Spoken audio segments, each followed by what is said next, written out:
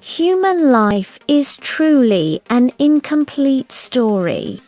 Not every tale ends like a fairy tale, especially where arrogance over money exists. It can completely shatter true love.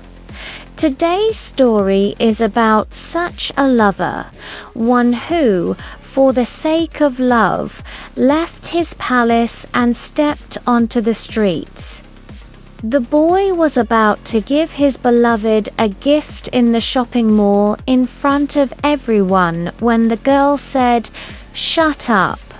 How dare you come here with this filthy appearance in the middle of my high-profile lifestyle? Tisha, does your boyfriend even have money to buy soap? What a stench." Loud laughter. Being in a relationship with someone like you was the biggest mistake of my life. You are disgusting. You are not worthy of my love. You are only worthy of cleaning my shoes. Right then, in anger, Tisha stomped her foot, slightly twisting her heel and getting it dusty. "Shit. Just because of you, my 10,000 taka heels are ruined. You don't even have the ability to compensate for this. You beggar child, clean my shoes right now." After this ultimate humiliation, what the boy did next will leave you stunned. So, dear viewers, I request you to listen to the entire story carefully till the end. Aryan, the only son of the city's famous industrialist Rayan Chowdhury, heir to his father's multi-billion car empire. But Aryan had no peace in his heart. He had seen how people around his father only hovered for money. True love or friendship was rare there. So after finishing college, Aryan made a strange decision. He would search for his life partner, but without revealing his identity. He wanted to see if anyone could love him without his money. Aryan left his luxurious life and moved into an ordinary mess in the city. He wore cheap t-shirts and old sandals. He introduced himself as a simple peon who studied while doing part-time work. One rainy afternoon, Aryan was getting drenched at a bus stop. Beside him stood Tisha, holding an umbrella, a girl from a middle-class family with lively eyes full of dreams. Tisha moved her umbrella a little toward him and said, "You're getting wet. Come under the umbrella." From that small act of kindness, their conversation began. Tisha knew Aryan was just a peon.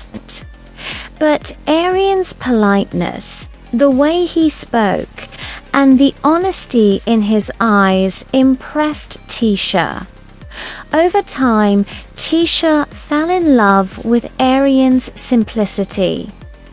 But there was a subtle condition in Tisha's love. She wanted Aryan to become rich quickly. 6 months passed. Aryan deliberately showed his poverty in front of Tisha. He couldn't take her to expensive restaurants. Their dates were at roadside fuka stalls or cheap coffee shops. One day, her friend Ria said, "Hey Tisha, what did your boyfriend give you on your birthday?" "That 100 taka chocolate. My boyfriend gave me a diamond ring." "Leave this beggar boyfriend of yours." Poison entered Tisha's mind. She started behaving badly with Arian. One evening in the park, Taisha said, "Arian, how much longer will we live like beggars?" Arian calmly replied, "Taisha, is love measured by the price of things? I give you my everything with love. Just be a little patient, everything will be fine." Taisha pouted and said, "Love doesn't fill the stomach, Arian. Status is needed. Money is needed." On Valentine's Day, Taisha was shopping in the city's biggest mall with her friends. Arian didn't know she was there. He was going to surprise her with a red rose and a clay doll he had bought with his small savings. Taisha was laughing with her friends. Arian was in a dusty shirt and those old sandals. Seeing him, Taisha's face darkened. Arian approached with a smile. "Happy Valentine's Day, Taisha. Didn't the guards stop you?" She snatched the rose and clay doll from his hand and threw them on the ground.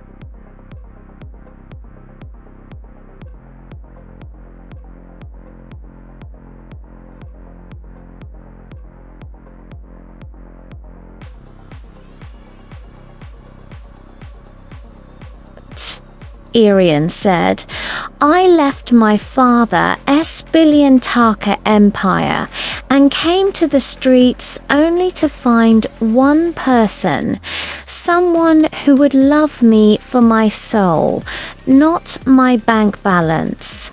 I thought you were that person, but today you proved you're just a worshipper of money."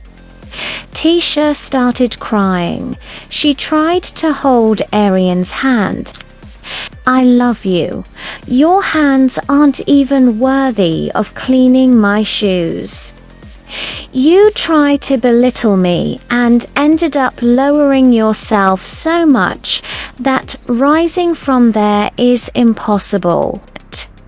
Arian took a checkbook from his bodyguard, wrote something quickly with an expensive pen, tore out the check, and threw it at Taisha's face. The check floated down near her feet. Arian said, "Here are 1,000,000 taka. This is the price of your shoes and compensation for wasting my valuable time. Use this money to buy a new conscience, though it's not available in the market. And yes, keep the shoes. Let them remind you that you threw away a diamond for glass."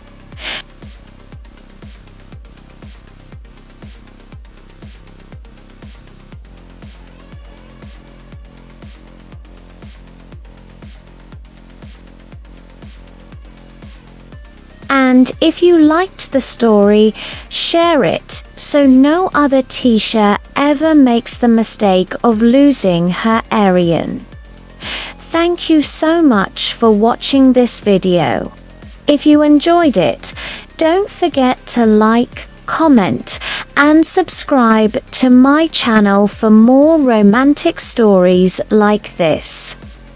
I'll see you again in another new video. Until then, take care, stay healthy, and stay safe.